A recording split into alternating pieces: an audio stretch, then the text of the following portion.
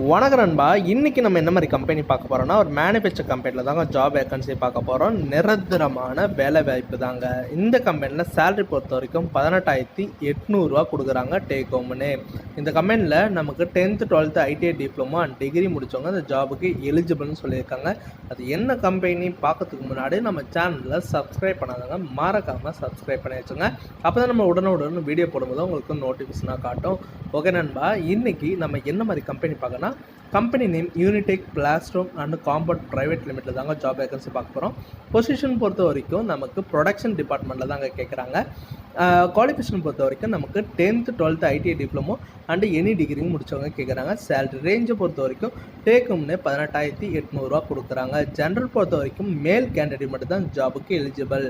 Age limited வந்து பார்த்தீங்கன்னா 18க்கு நீங்கள் மேலே இருந்தாலே இந்த ஜாபுக்கு அப்ளை பண்ணலாம்.